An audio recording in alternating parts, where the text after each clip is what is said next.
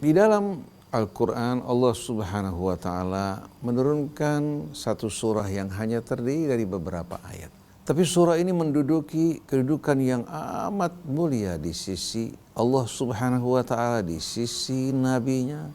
Dan surah ini menduduki sepertiga Al-Quran, sebagaimana yang diriwayatkan dalam hadis-hadis yang sahih.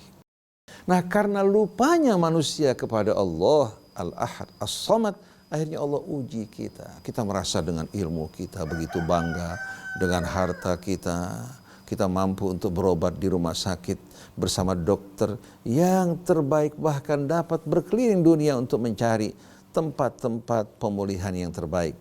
Ternyata yang terbanyak terkena oleh virus ini, sedangkan mereka orang-orang yang hidup tidak memiliki tempat tinggal, berkeliling di jalan-jalan, terkadang tidak menjumpai kebutuhan sehari-hari mereka dengan pakaian yang kotor dan kumuh. Ternyata sebagian besar dari mereka tidak terkena penyakit tersebut. Apa rahasia di balik semua ini?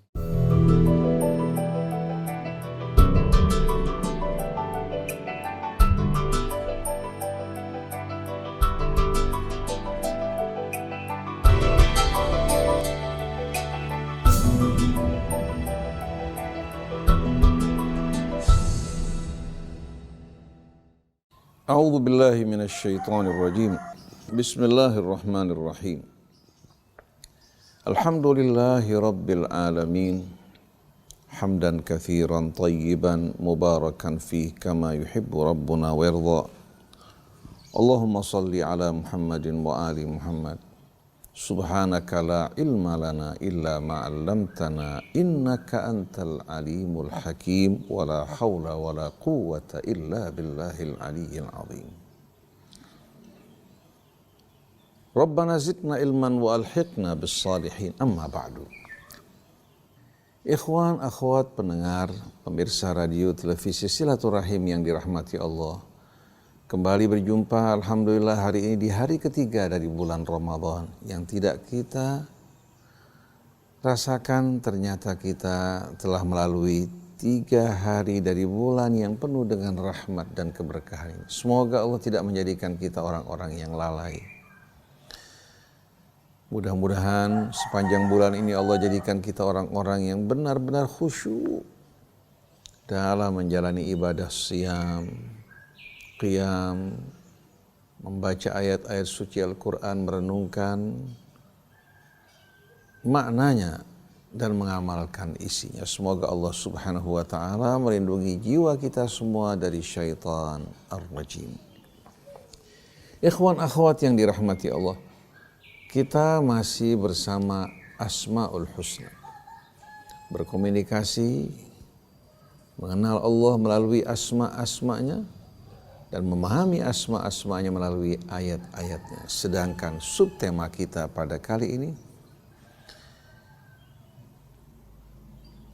merenungkan dan memahami makna dari nama Allah Subhanahu wa Ta'ala, Ya Wahidu Ya Ahad. Karena ini betul-betul merupakan hal yang berhubungan dengan fondasi dari agama kita. Kalau kita dapat memahaminya dengan benar, kemudian beramal sesuai dengan apa yang kita fahami, sesuai dengan petunjuk Allah, insya Allah kita akan selamat di hari kemudian nanti. Dalam kehidupan dunia kita akan selalu berada bersama Allah Subhanahu wa Ta'ala. Allah tidak akan meninggalkan kita. Begitu pula keluarga yang kita cintai. Di dalam Al-Quran Allah Subhanahu wa Ta'ala menurunkan satu surah yang hanya terdiri dari beberapa ayat. Tapi surah ini menduduki kedudukan yang amat mulia di sisi Allah Subhanahu wa Ta'ala, di sisi nabinya, begitu pula di sisi para aulianya. Dan surah ini menduduki sepertiga Al-Quran, sebagaimana yang diriwayatkan dalam hadis-hadis yang sahih. Dalam satu riwayat yang diriwayatkan dari Abi Sa'sa'ah dalam Sahih Al-Bukhari, Satu hari seorang sahabat sepanjang malam dalam sholat malamnya mengulang-ulang surah Al-Ikhlas setelah membaca Al-Fatihah. Lalu salah satu sahabat ketika mendengarkan hal ini, dia memandang kecil dan remeh apa yang dilakukan. Akhirnya pagi hari datang kepada Rasulullah SAW, dia menceritakan apa yang dilakukan sahabat tersebut. Rasul memanggil sahabat tersebut yang membaca dan mengulang-ulang suratul Ikhlas. Kenapa kamu lakukan hal ini? Dia mengatakan, inni uhibbuha ya Rasulullah. Sesungguhnya aku amat mencintai surah ini. Nabi langsung bersumpah, walladzi nafsu Muhammadin biyadih, demi yang jiwa Muhammad di tangannya, innaha la ta'dilu thulutsal Qur'an. Sesungguhnya surah ini walaupun hanya beberapa ayat menyamai sepertiga Al-Quran. Al-Quran dengan tuntunannya dapat kita bagi menjadi 3 bahagian. Yang pertama, yang meletakkan fondasi yang utama, di mana tidak akan ada agama tanpa ada fondasi tersebut. Bangunan agama akan runtuh apabila tidak ada fondasi tersebut, yaitu at-tauhid. Yang kedua adalah an-nubuwah, kenabian. Dengan sendirinya termasuk dalam kenabian, risalah, kitab-kitab yang dibawa oleh para nabi dan juga malaikat yang mengantarkan risalah tersebut, dan apa yang terdapat dalam Alkitab dari tuntunan, bimbingan, semua termasuk dalam bahagian yang kedua, an-nubuwah, di mana Allah Subhanahu wa taala memberikan bimbingan petunjuk kepada umat manusia melalui hamba-hamba yang Allah pilih, tidak langsung berbicara kepada manusia. Sedangkan yang ketiga adalah al-ma'ad, hari kembali, berbicara mengenai hari akhirat, hari kebangkitan, hari hisab, surga dan nerakanya, sebagai balasan yang sesuai dengan perbuatan dan amal setiap orang, tanpa ada kezaliman dari sisi Allah Subhanahu wa taala. Sedangkan tauhid yang merupakan fondasi agama kita merupakan hal yang tidak bisa sama sekali digantikan dengan yang lain.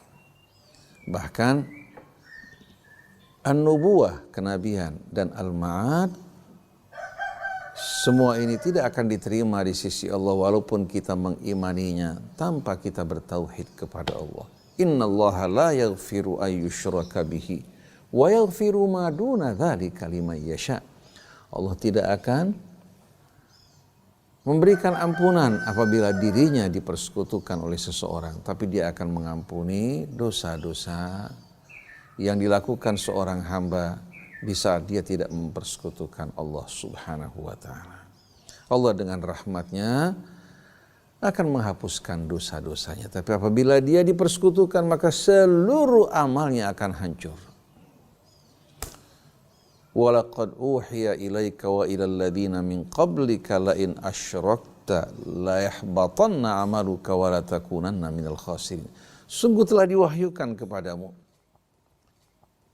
dan kepada orang-orang sebelum engkau, wahai Rasulullah, apabila engkau mempersekutukan Allah, seluruh amalmu berguguran dan engkau akan termasuk dari orang yang merugi. Oleh karena itu, memahami dengan benar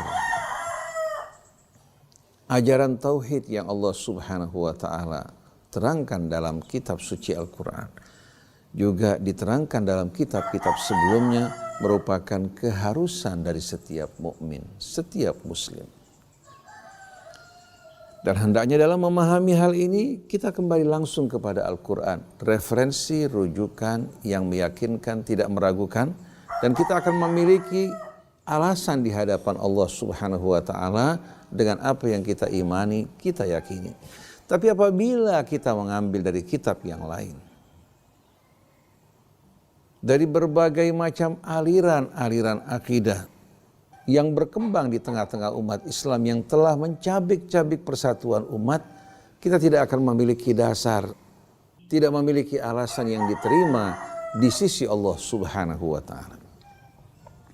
Sebagaimana Allah melalui nabinya menerangkan prinsip-prinsip keimanan, menjelaskan dasar-dasar tauhid dan bangunan yang dibangun di atasnya. Demikian pula Nabi melakukan kepada umatnya, maka inilah yang harus kita lakukan. Kalau tidak, kita akan terpecah belah, bergolong-golongan, masing-masing membanggakan kelompoknya. Akhirnya berakhir dengan perpecahan, perselisihan di antara umat, bahkan saling menghalalkan darah satu dengan lainnya. Dan di hari akhirat mereka akan termasuk orang yang merugi, wal iyadzu billah. Allah Subhanahu wa taala menurunkan suratul Ikhlas. Dengan surah ini yang pendek, Allah Subhanahu wa taala memberikan tuntunan bimbingan yang amat indah, mudah untuk kita fahami bersama. Nah, mari bersama-sama kita awali renungan kita dengan membaca Ummul Quran. A'udzu billahi minasy syaithanir rajim. Bismillahirrahmanirrahim. Alhamdulillahi rabbil alamin. Ar-Rahmanir Rahim. Maliki yaumiddin. Iyyaka na'budu wa iyyaka nasta'in. Ihdinas siratal mustaqim. Siratal ladzina an'amta 'alaihim ghairil maghdubi 'alaihim waladdallin.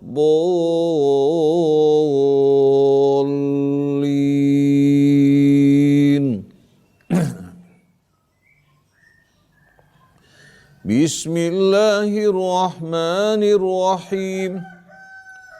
Qul huwallahu ahad. Allahus samad. Lam yalid wa lam yulad wa lam yakun lahu kufuwan ahad. Sadaqallahul azim. Sadaqallahul azim. Wa sadaqa rasuluhul karim wa nahnu ala dzalika minasy syahidin. Ikhwan akhwat yang dirahmati Allah. Pesan pertama yang Allah perintahkan kepada Rasulnya untuk disampaikan.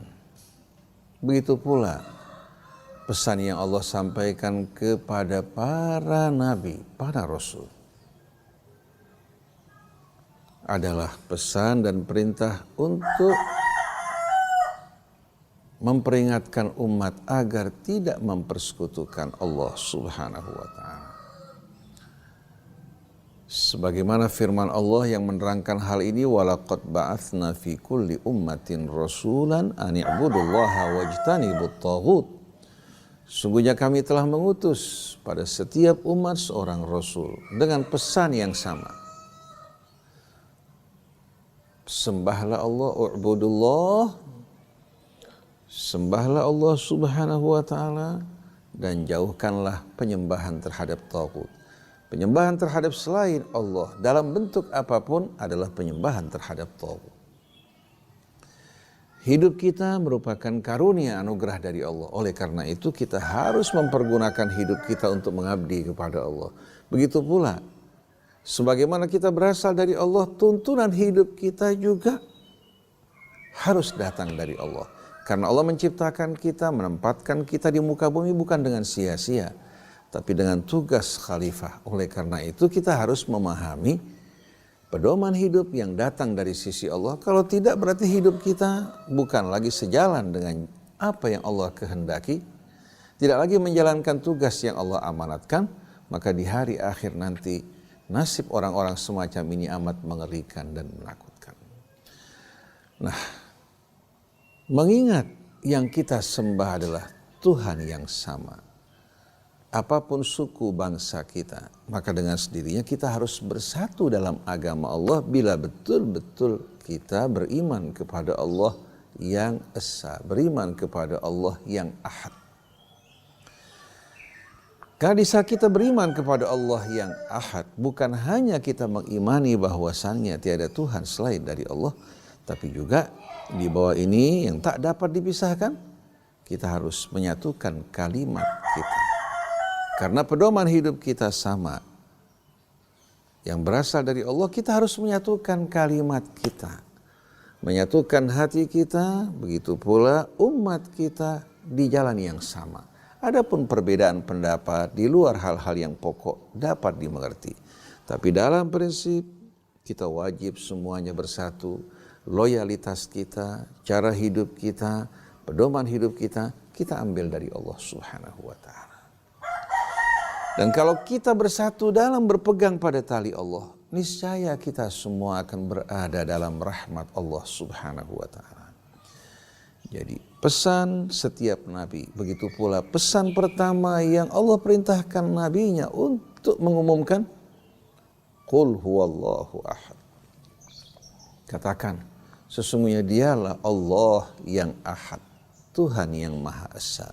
La syarikalah, tiada sekutu baginya. Dia tidak menyerupai sesuatu dan tidak ada sesuatu yang menyerupainya.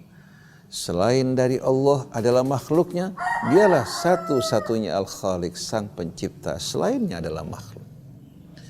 Dia maha kaya, sedangkan seluruh makhluknya butuh kepadanya. Dia tidak bergantung kepada sesuatu, sedangkan seluruh makhluknya bergantung kepadanya. Dia maha tahu segala sesuatu, sedangkan pengetahuan kita berasal dari pengajaran dan bimbingannya.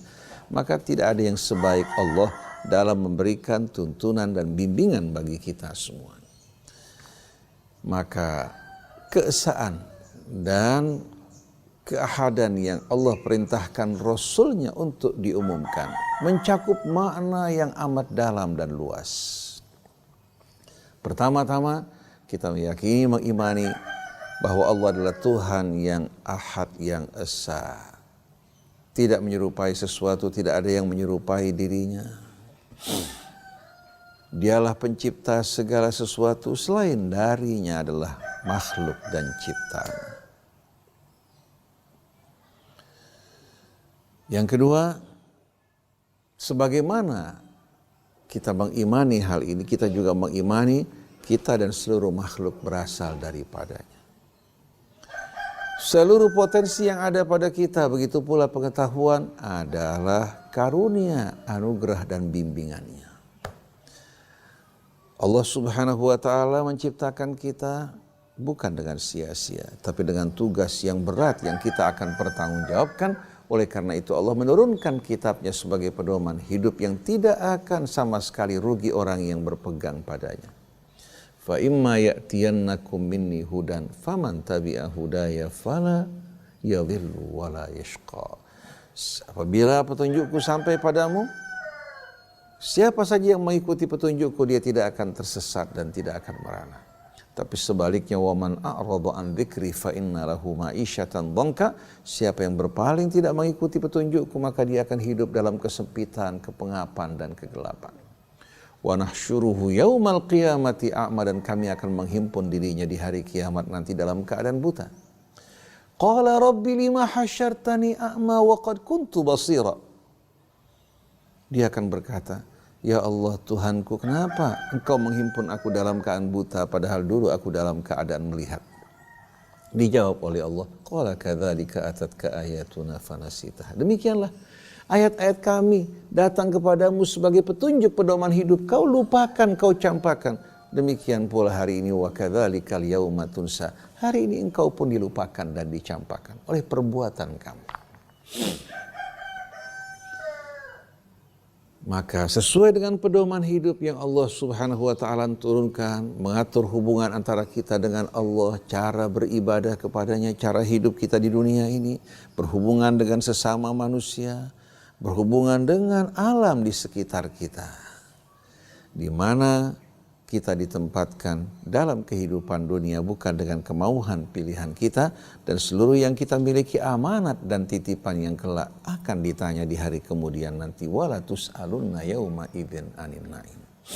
Kemudian di bawah naungan Al-Ahad, di bawah pengumuman yang diumumkan oleh Nabi kita Muhammad SAW, mengharuskan kita juga semua untuk mentauhidkan kalimat kita, barisan kita di jalan Allah. Siapa yang menolak, maka dia akan keluar dari jamaah tauhid, masuk ke dalam golongan-golongan yang diperdayai oleh syaitan.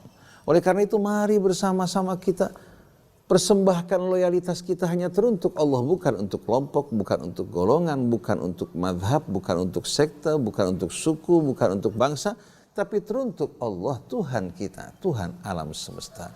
Qul inna salati wa nusuki wa mahyaya wa mamati lillahi rabbil alamin. Katakan, sesungguhnya salatku, pengorbananku, hidup matiku seluruhnya aku persembahkan teruntuk Allah, Tuhan semesta alam.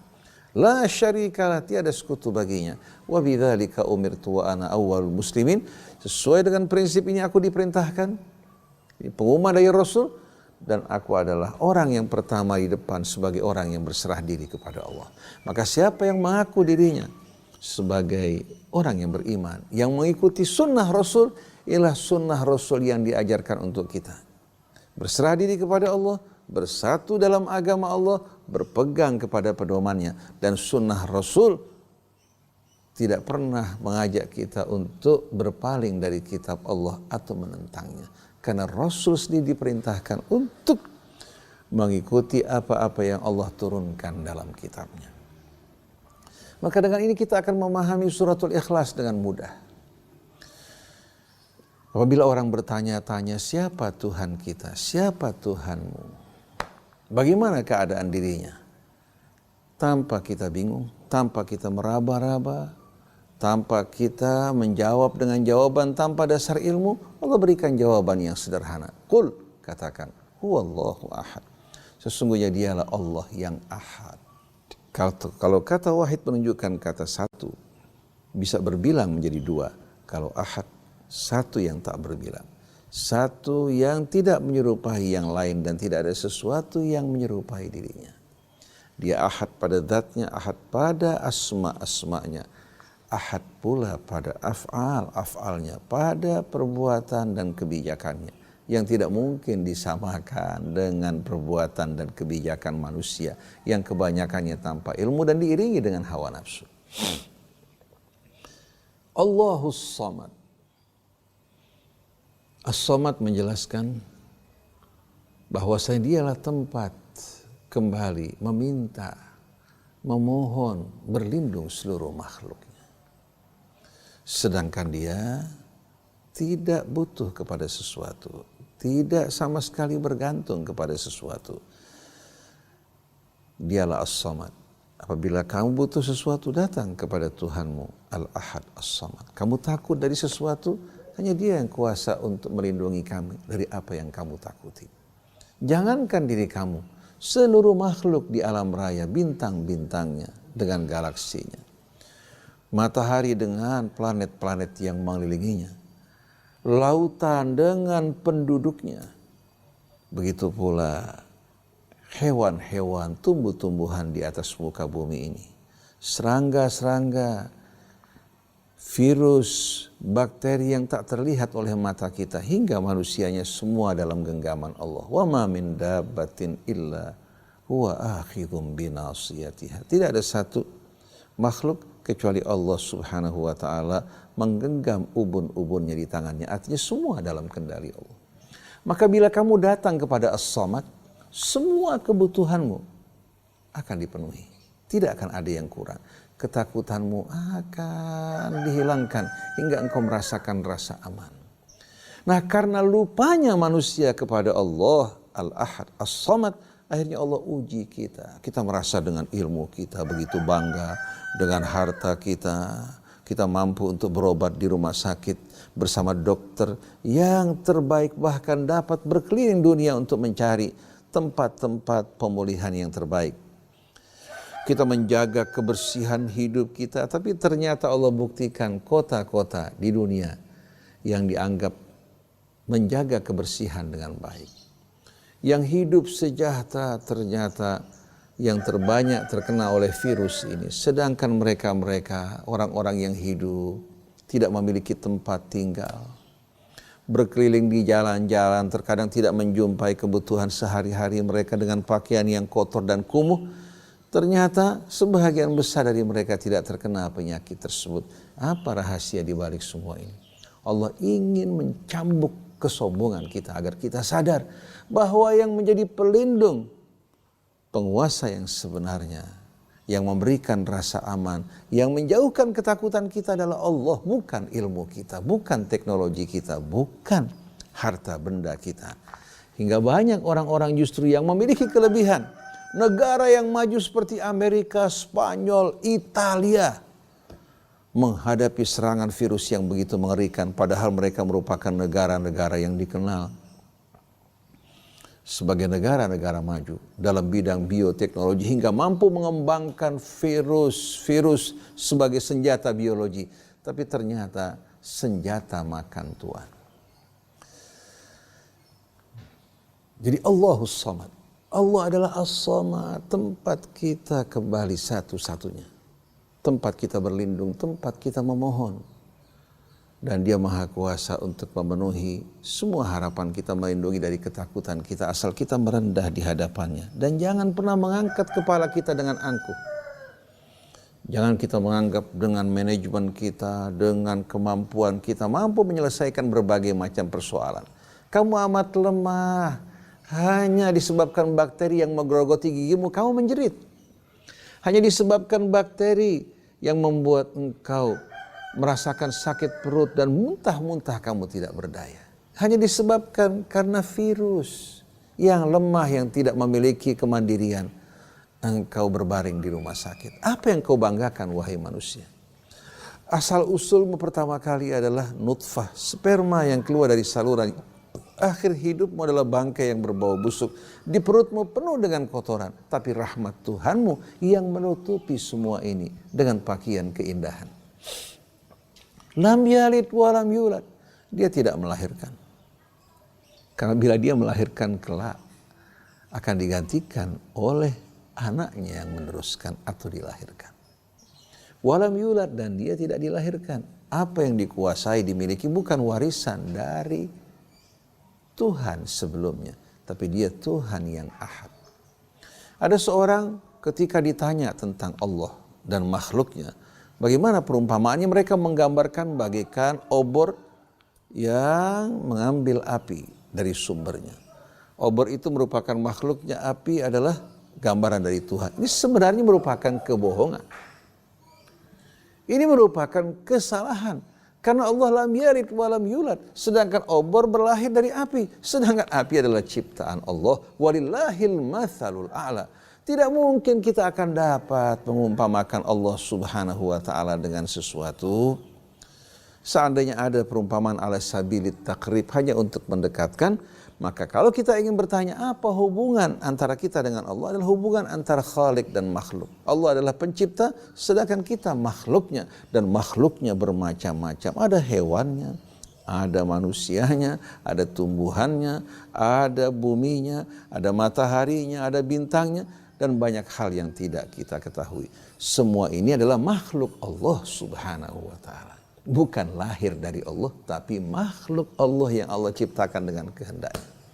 Jadi Allah tidak lahir dari sesuatu, begitu pula Allah subhanahu wa ta'ala tidak melahirkan, karena kalau dia melahirkan kelak dia akan diwarisi. Walam yakun lahu kufuwan ahad, dan tidak ada sesuatu yang serupa dengan dirinya. Dia zat yang maha suci, yang maha agung, yang maha mulia. Dia merupakan zat yang maha bijaksana, yang maha tahu, yang tidak butuh akan sesuatu sedangkan selainnya butuh kepada Allah subhanahu wa ta'ala. Dengan fondasi keimanan dan tauhid ini, insya Allah kita akan dapat betul-betul memahami kehidupan dengan benar. Dengan luasnya ilmu kita, tauhid kita akan semakin kokoh dan kuat. Bukan sebaliknya. Ada sebahagian orang keimanannya semakin menipis karena bertambahnya ilmu. Karena ilmunya mendorong dirinya untuk menjadi seorang yang angkuh dan sombong. Dia lupa padahal ilmu yang didapatkan dari hukum-hukum Allah subhanahu wa ta'ala. baik hukum-hukum yang berlaku pada tubuhnya, hukum yang berlaku di alam astronominya, hukum yang berlaku juga di alam geologi. Dari sana lahir berbagai macam ilmu. Apa yang membuat engkau terpedaya dan bersikap sombong di hadapan Tuhanmu, wahai manusia? Jadi hal yang betul-betul mesti kita perhatikan bersama untuk menjaga fondasi agama kita, agar agama kita dalam keadaan baik, adalah menjaga tauhid kita kepada Allah. Kita mentauhidkan Allah dalam arti kita menyembah Allah, tidak mempersekutukannya dengan sesuatu, mengimani bahwasannya Allah Tuhan yang Maha Esa, Tuhan dari segala sesuatu, tidak ada sesuatu yang menyerupai dirinya. Dengan dasar ini maka kita diwajibkan untuk menyatukan kalimat kita, hati kita, barisan kita, dan tidak bercerai-berai. Oleh karena itu, lahirnya fanatisme terhadap kelompok dan golongan sebetulnya bukan bersumber dari ajaran tauhid, tapi bersumber dari syirik yang tanpa kita sadari masuk ke dalam jiwa kita.